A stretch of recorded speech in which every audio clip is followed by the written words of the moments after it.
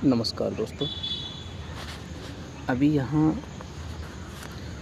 योगा या कोई भी व्यायाम पूर्ण होने के बाद, समाप्त होने के बाद हमें करना क्या है?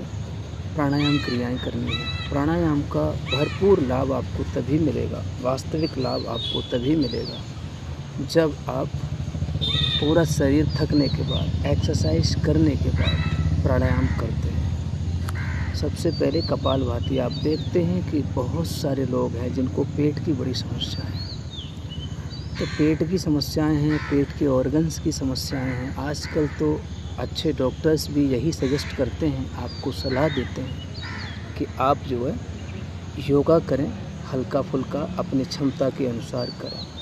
तो देखिए, सबसे पहले मैं प्राणायाम की बात कर रहा हूँ। ध्यान रहे, जब भी आप प्राणायाम करते हैं तो आपका पेट खाली होना चाहिए, पहला कंडीशन। दूसरा ये है कि यदि प्राणायाम को आप एक्सरसाइज को होने के बाद करते हो, यानी एक्सरसाइज कंप्लीट होने के बाद करते हो, तो उसके लाभ आपको ज़्यादा मिलते हैं। दोनों हाथ इस प्रकार रखो।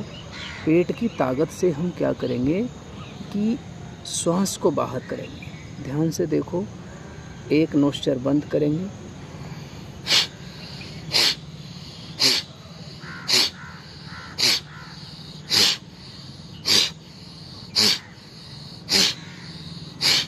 आपने देखा ये नाड़ी शोधन क्रिया थी। अब हम दाहिना नोस्ट्रल बंद करेंगे और बाएं नोस्ट्रल को इसी प्रकार से साफ करेंगे।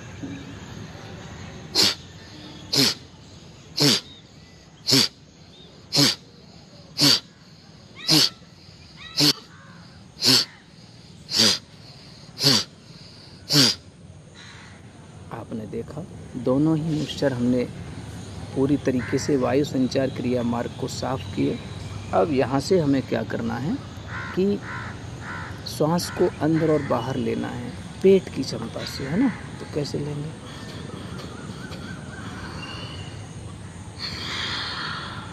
पूरा श्वास बाहर,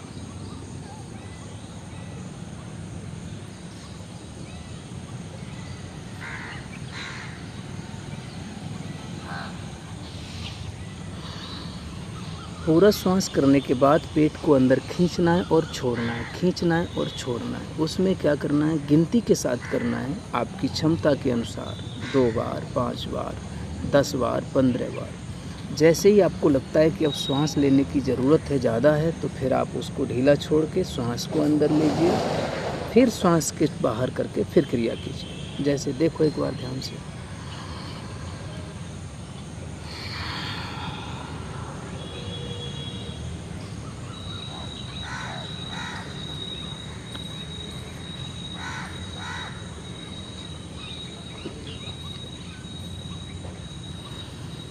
ये क्रिया करनी है पहला। दूसरा, श्वास को लेना और छोड़ना।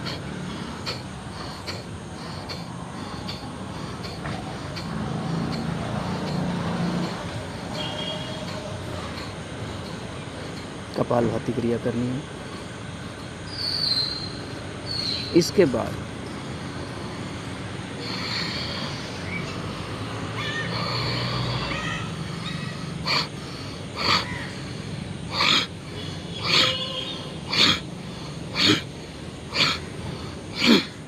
ये भस्त्रिका प्राणायाम है।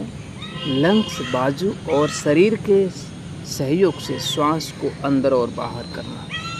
तो ये हमारे शरीर की जितनी भी श्वसन क्रिया या वायु संचार क्रिया मार्ग है वो बिल्कुल दुरुस्त हो जाएगा। आपके रोम रोम तक श्वास पहुँचेगी, है ना। फिर जब ये कंप्लीट हो जाता है उसके बाद आराम से बैठ जाइए। एक हाथ से सूर्य नाड़ी को बंद कीजिए और लंबा गहरा श्वास लीजिए और 3 बार कम से कम बाएं नोस्ट्रल से चंद्र नाड़ी से श्वास को बाहर कीजिए।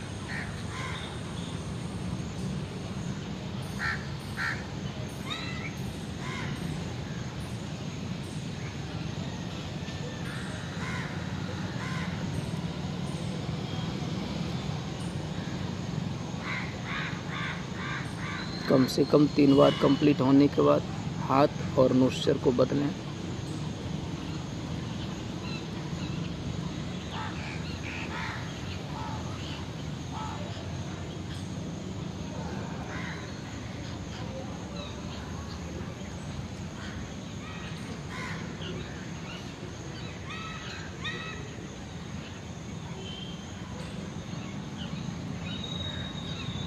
अभी हम क्या करेंगे, चंद्र नाड़ी से श्वास को अंदर करेंगे और सूर्य नाड़ी से बाहर करेंगे।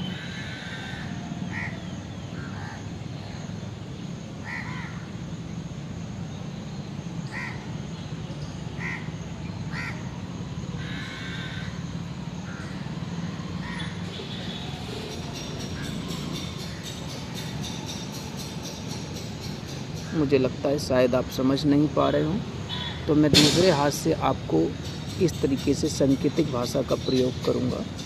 जब मेरा हाथ नीचे से ऊपर आता है तो जिस रिदम में हाथ ऊपर आ रहा उसी रिदम में श्वास अंदर जाएगी, और जिस रिदम में हाथ नीचे आएगा उसी रिदम में श्वास बाहर आएगी। एक बार देखिए।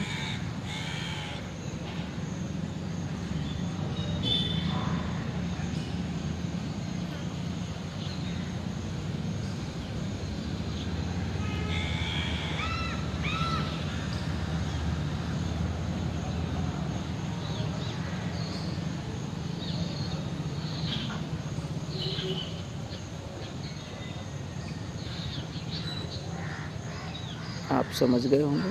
हाथ की दिशा को बदलो, दूसरे नोस्ट्रिल से श्वास अंदर लो और बाहर को।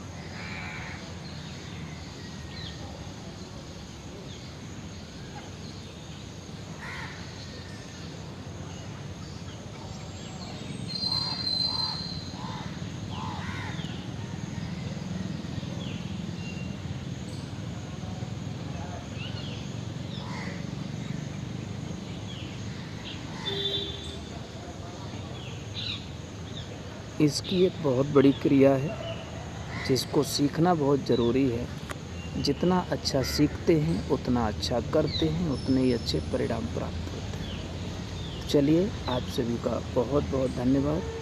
अगर ये क्लास, ये अभ्यास, ये जानकारी आपको अच्छी लगी हो तो आप इसे देश के अन्य लोगों के पास, अपने मित्रों के पास, सहयोगियों के पास अवश्य भेजें।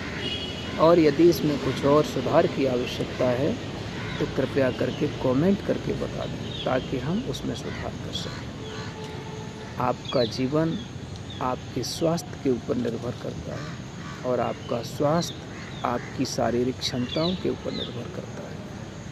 इसलिए व्यायाम के साथ जुड़िए, अच्छा भोजन कीजिए, अच्छा पानी लीजिए और खुले वातावरण में श्वास लीजिए। बहुत बहुत धन्यवाद आप सभी का। राधे राधे। जय श्री राम।